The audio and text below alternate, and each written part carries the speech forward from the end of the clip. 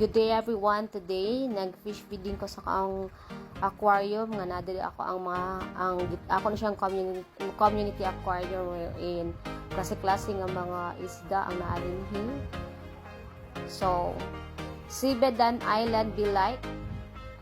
Sama na siya ang mga breeders nga molly. So, mudugulan na sila no kung nana sila ihungit, pero idlas kaayo ning mga plati, idlas sa mga plati dili sila muduol. Ako na lang siyang gi dugmok para ilang makaon kung sila muduol. Then sa ko ang Glotetra fish, muduol gid sila kung ihungit sila ang pagkaon. So not like sa plati nga di kay sila doon mga tao, no? Okay, na ako gi-groom din yung mga breeder kay mag-breed ko after 1 week. So ako silang gi-groom, pakan ako sila protein food.